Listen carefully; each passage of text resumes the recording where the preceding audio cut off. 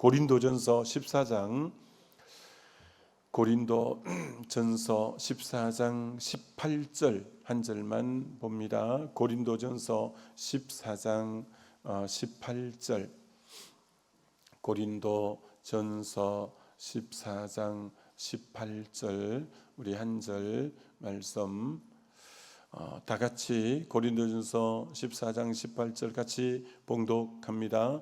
내가 너희 모든 사람보다 방언을 더 말함으로 하나님께 감사하노라. 아멘.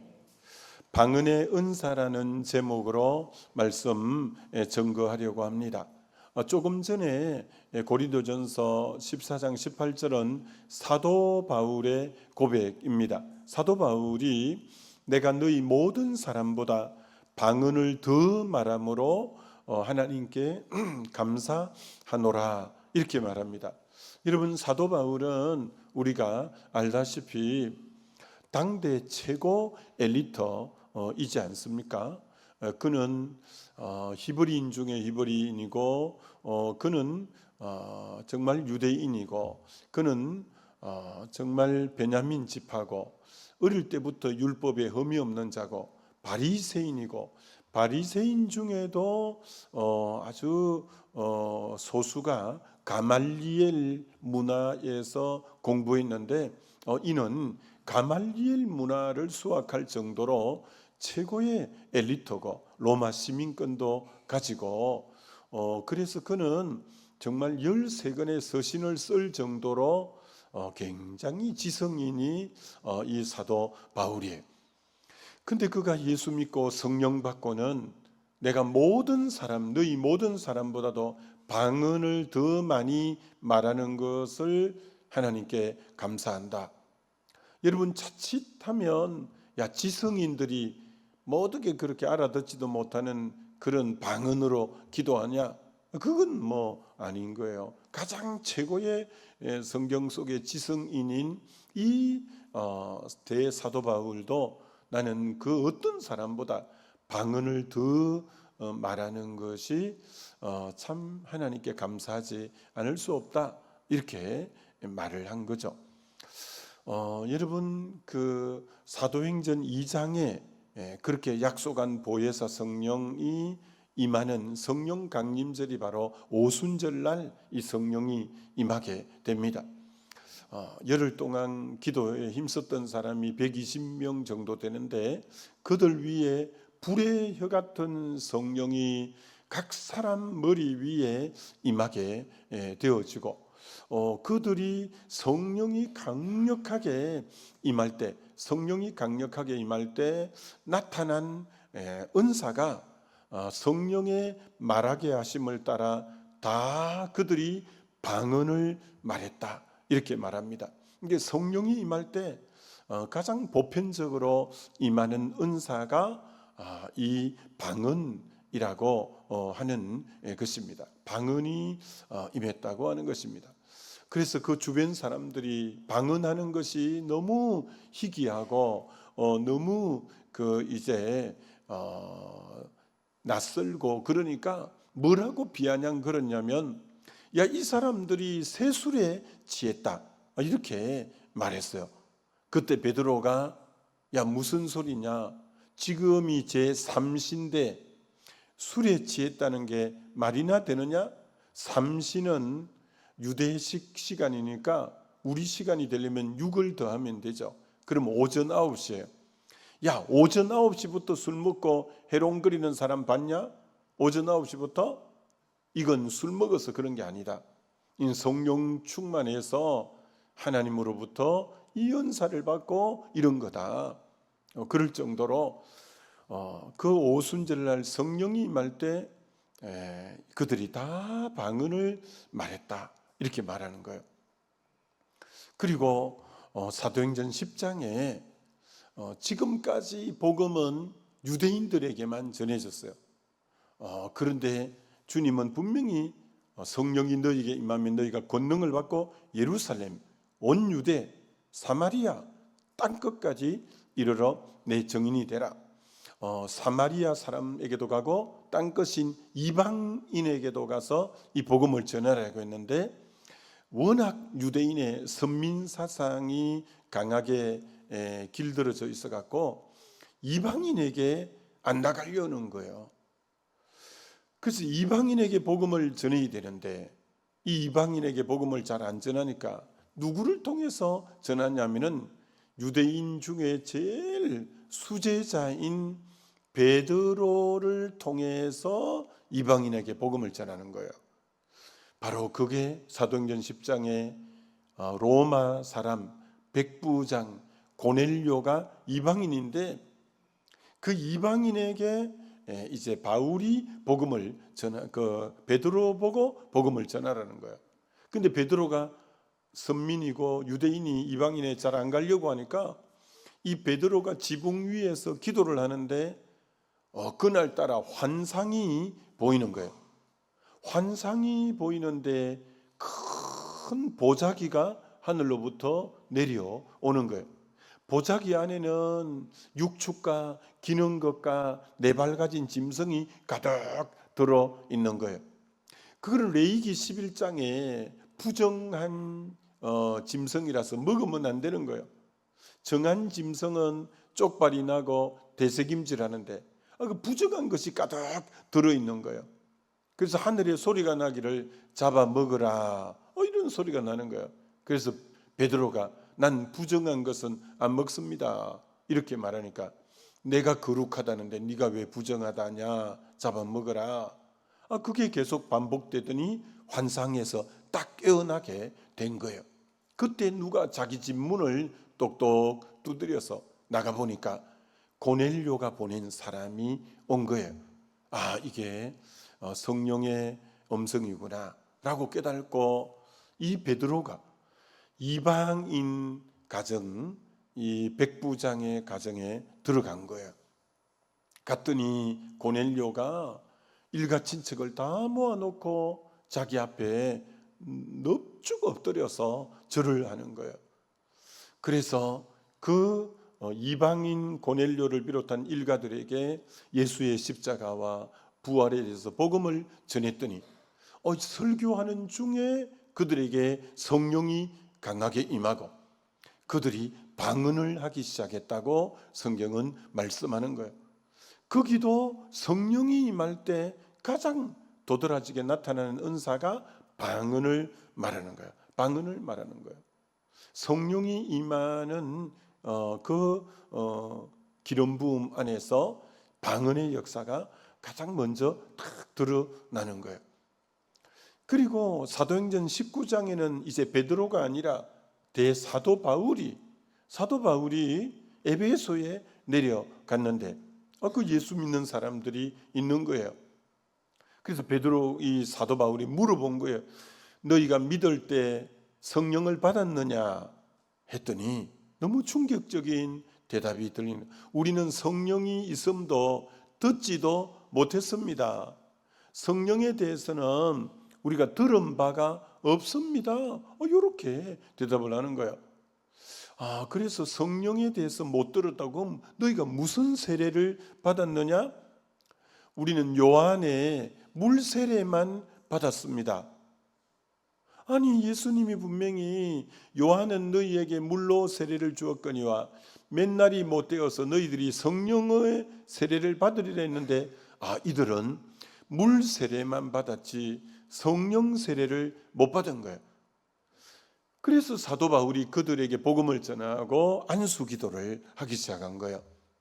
그러니까 안수 기도를 했더니 성령이 임하기 시작하는 거예요. 성령이 임하면서 그들이 방언도 하고 예언도 하니 12사람쯤 됩니다. 거기 모인 12사람 속에 성령이 강하게 임해서 방언도 하고 예언도 하는 거예요. 이처럼 성령이 임할 때 거의 대부분의 방언의 역사가 강력하게 이렇게 일어나는 부분이에요. 그래서 혹 여러분 중에 아직도 예수를 믿은 지가 이렇게 오래돼도 여러분 중에 방언을 못하는 분이 있다면 이제 내일 저녁에 이 성령 수양에 이번에 방언하는 분도 안 하는 분도 다 올라가셔야 돼요. 그래서 성령을 충만히 받으면 거의 대부분이 다 방언을 말하게 되어져 있게 된 거죠. 그래서 이 조용기 목사님의 책에 방언의 유익이라는 부분이 있어요. 거기 보면 이런 예를 들어 놓았어요. 1901년 1월 1일 미국의 베델 신학교에서 일어난 베델 성서신학교의 학장이 이제 찰스 팔함 목사님이라는 분이 학장으로 있었는데 학생들에게 과제를 내준 거예요. 그 과제가 뭐냐면 성령을 받은 증거가 무엇인지 성경을 연구하여 발표하라. 성령을 받은 증거가 뭔지 성경 속에 뭐라고 기록됐는지 연구하여서 발표하라. 이런 과제를 다 냈다는 거예요. 그러니까 학생들이 성령이 임한 부분은 대다수 사도행전에 나오니까 사도행전을 그렇게 이제 열심히 공부하고 논문을 발표하는데 그 베델 이제 성서신학교 학생들이 한 명도 예외가 없이 성령이 임할 때 증거를 방언으로 이렇게 말해 놓은 거예요. 그래서 그 논문을 이제 다 받고는 이제 이 학장이 학생들에게 뭐라고 했냐면, 그럼 성령이 임할 때 하나님이 방언의 은사를 주신다고 했으니까 그럼 우리가 같이 기도하자. 그래가지고 뜨겁게 기도를 하기 시작한 거예요. 우리에게도 성령이 임하면 방언의 역사가 나타날 거다. 그래 기도하자. 기도를 했는데 오스만이라는 여학생에게 성령이 강력하게 임하면서 방언이 터지기 시작하는 거예요. 막 방언으로 기도하는 거예요. 그랬더니 나머지 학생들도 더 뜨겁게 기도해서 거기 있는 학생 모두가 성령 충만하고 방언을 말하게 되었다. 이렇게 말하고 있어요. 그리고부터 5년이 지났는데 이제 1906년 4월에 캘리포니아 주에 있는 그 LA 애틀랜타의 이 아주사 거리에 흑인 목사인 시무어 목사님이 성도들을 모아놓고 설교를 하는 가운데 성령이 강력하게 설교 가운데 임하면서 모두가 방언을 하기 시작하는 거예요. 성령이 임했는데 방언이 막 강력하게 임하는 거예요. 그래서 방언을 이렇게 이제 많이 받고 그 미국의 성령 운동이 유럽으로, 남미로, 아시아로 그 성령의 불똥이 튕겨져 가서 그쪽에도 성령 운동이 강력하게 일어났는데 1906년 아주사 거리에 성령 운동이 일어났는데 그 이듬해 1907년 평양 장대영 교회에 그 불똥이 튀어온 거예요. 성령의 강력한 역사가 일어나게 되어진 거죠.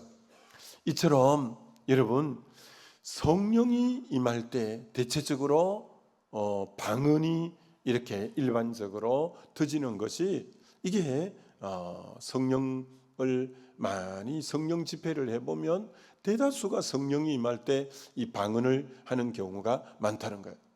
저도 제 개인적인 경험도 제가 81년도 제가 일반대학의 81학번이니까 81년도에 처음 대학 1학년 때 교회를 나가고 83년 대학 3학년 때 그렇게 은혜 받으려고 주님께 몸부림치면서 기도했는데 이 83년 6월 1일 그 저녁에 한 저녁 9시 반이나 됐는데 성령의 강력한 기름 부음 임재가 있는 거예요.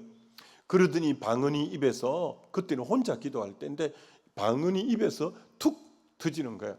그러면서 방언이 막 방언이 이제 나와서 너무나 놀라워서 기도원 바깥에 1인 기도실이 몇 개가 쫙 있었는데 그 1인 기도실에 들어가서 밤새 방언으로 이렇게 기도하고, 그 새벽녘이 되어서 다시 그 교회 안으로 아무도 그때 없었어요.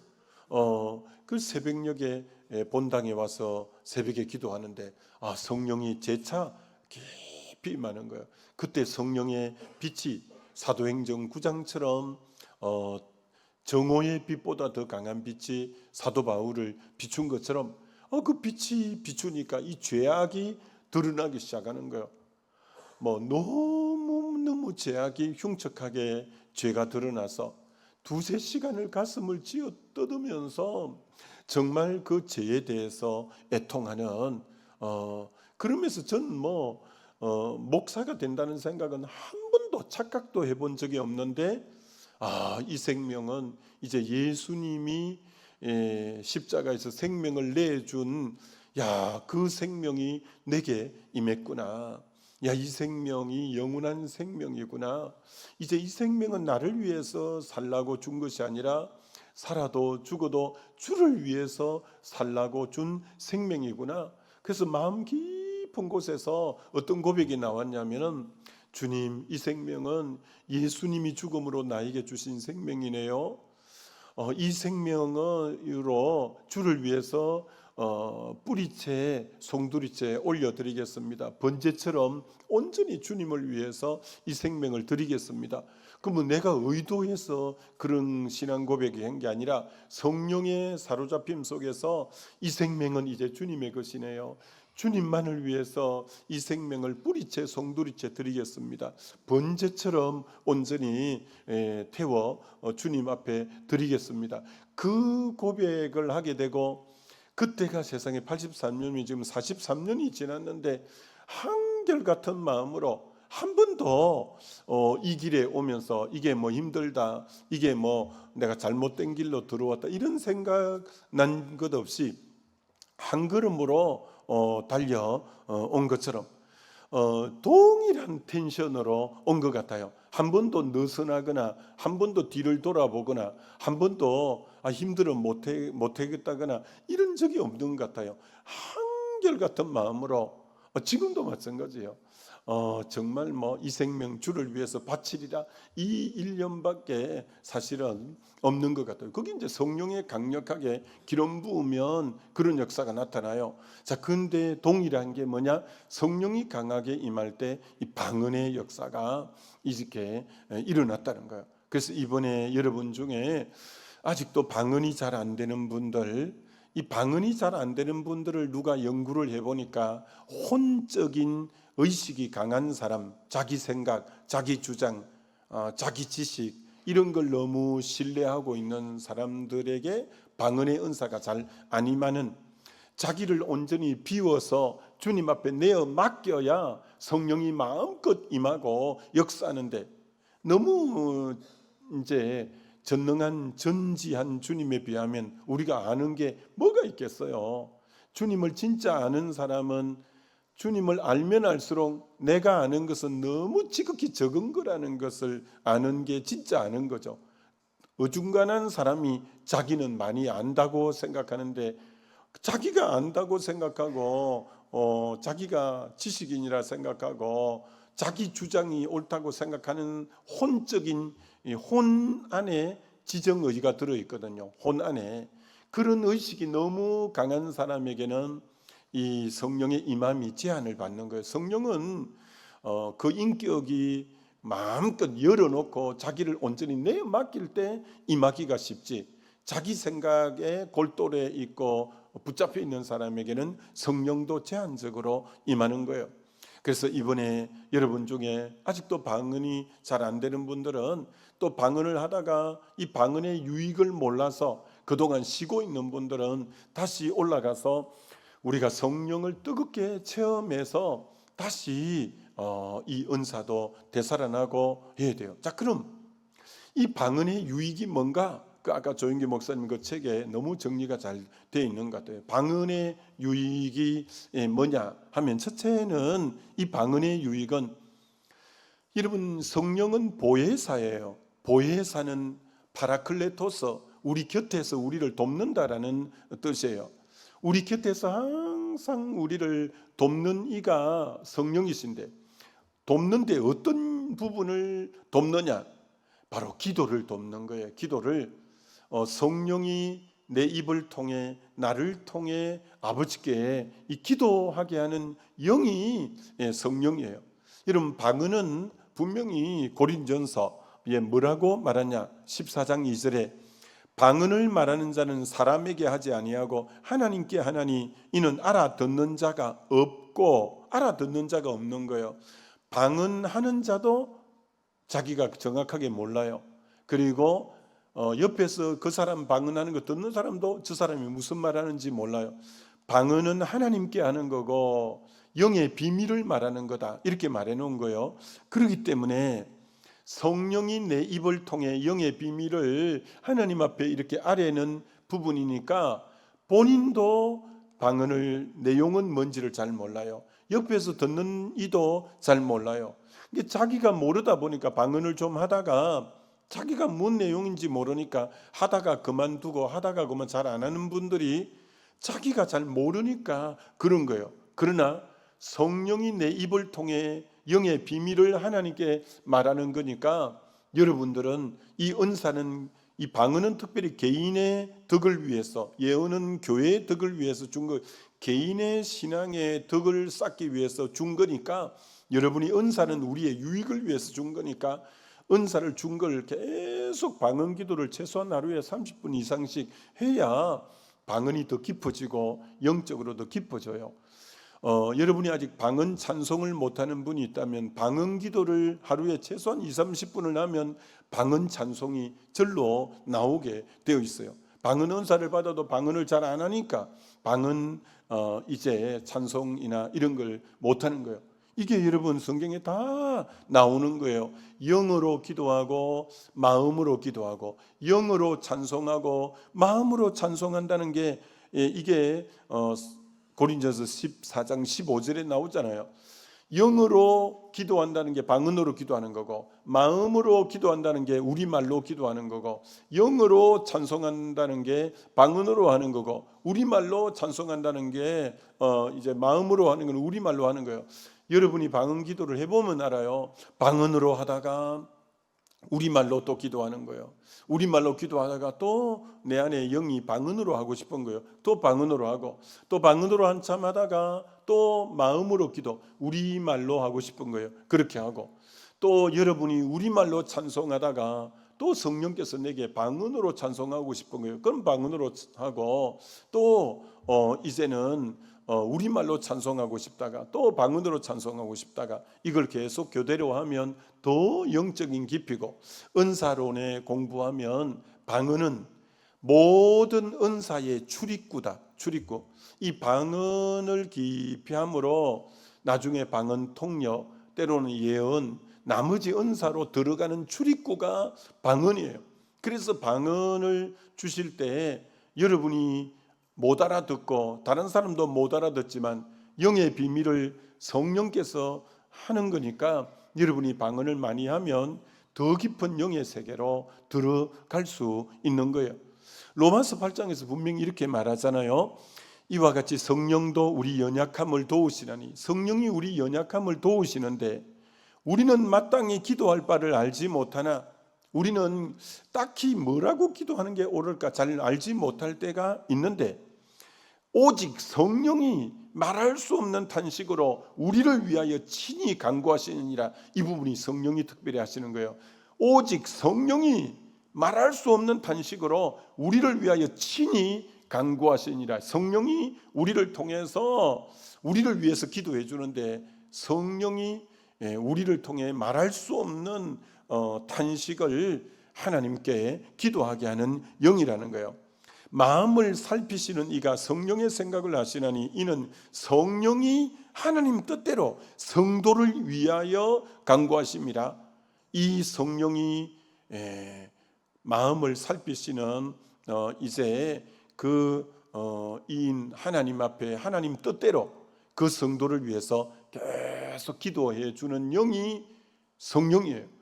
그래서 성령이 방언을 통해서 말할 수 없는 탄식으로 하나님의 뜻을 위해서 그 사람을 위해서 기도해 주는 이것이 너무너무 귀한 거죠. 그래서 여러분이 방언 기도는 최소한 하루에 20-30분 이상은 계속적으로 해야 방언이 더 깊어지고 그렇게 영의 세계에 대해서 더 민감하고 그럴 수 있기 때문에 꼭 방언의 은사를 받아서 그동안 잘 안 사용하는 분들, 오늘부터 다시 여러분이 최소한 20-30분 이상 하루에 계속 해야 돼요. 그리고 틈날 때마다 하고 때로는 길 걸어갈 때마다 하고 방언으로 이 기도하는 이것이 영에 굉장히 큰 유익을 준다는 거예요. 두 번째, 방언의 두 번째 유익은 뭐냐? 인생을 살다 보면 참 고난과 시련을 만날 때가 있어요. 그런 거 없으면 좋겠지만 또 없어 갖고는 우리가 강한 자가 될 수도 없기 때문에 하나님은 시련을 주실 때가 있어요. 너무 시련이 클 때는 기가 막히고 너무 힘들어서 기도가 잘 안 나올 때도 있어요. 그럴 때 여러분이 방언으로 기도하는 거예요. 방언으로 기도하면 이제 주님께서 우리를 통해 놀랍게 역사하니까, 그럴 때 방언으로 기도하다가 또 우리말로 기도하다가 또 방언으로 하다가 또 주님을 찬송하다가 또 영어로 찬송하고 이것을 여러분이 쭉 하시면 돼요.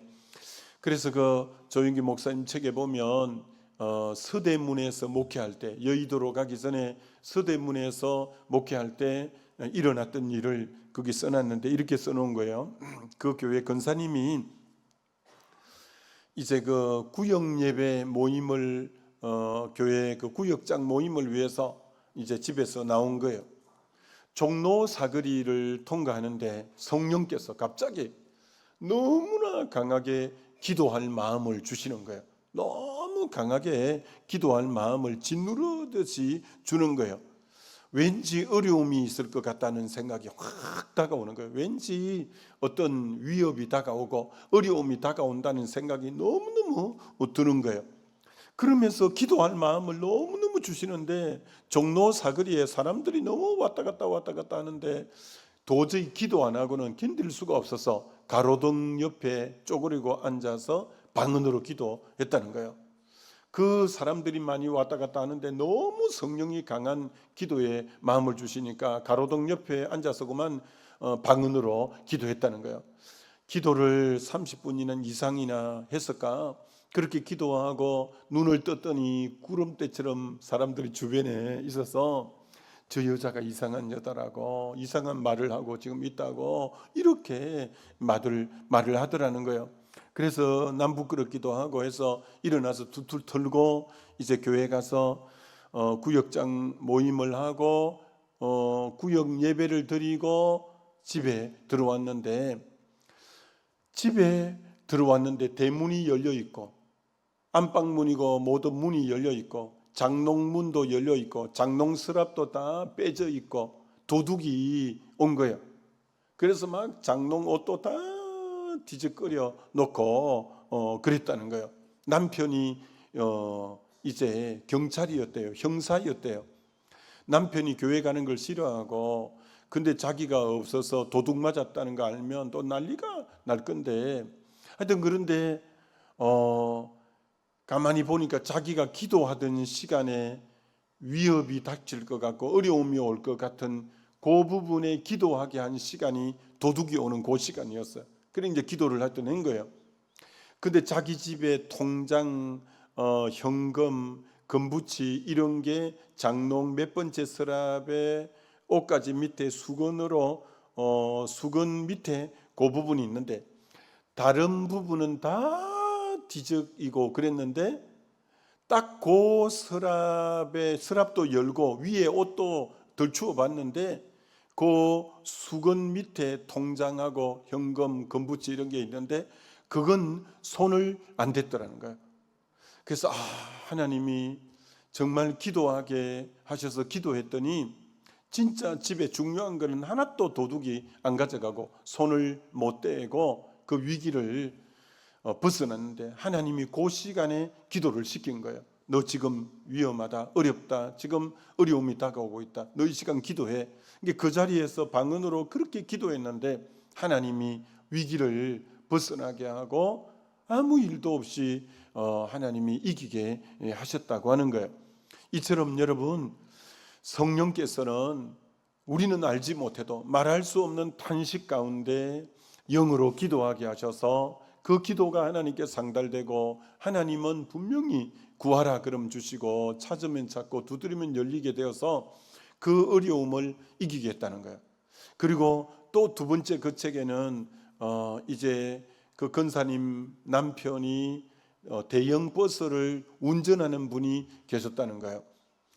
근데 그 교회에 부흥회가 있어서 낮 집회를, 이제 아내 되는 권사님은 낮 집회를 참석하고 있는데, 낮 집회 말씀을 듣고 있는데 갑자기 성령님이 기도하라는 마음을, 강하게 기도하라는 마음을 부어 주시는 거예요.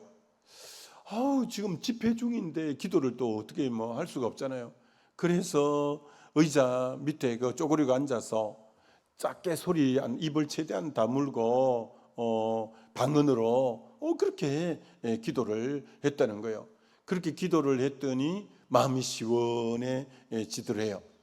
그리고 이제 다 집회를 마치고 집에 들어왔더니 남편, 대형 버스 운전하는 남편 얼굴이 새파랗게 질려서 들어왔더라는 거예요. 그래, 여보 왜 그러냐고 물었더니 어느 정류장에 도착해 가지고 손님을 다 내리고 차가 비탈진 곳에 있어서 뒤에다가 뭘 받쳐 놓았는데, 그리고 시동을 끌려고 차 안으로 들어가는데 거기가 아주 비탈지고 낭떠러지가 천길만길 낭떠러지가 있대요.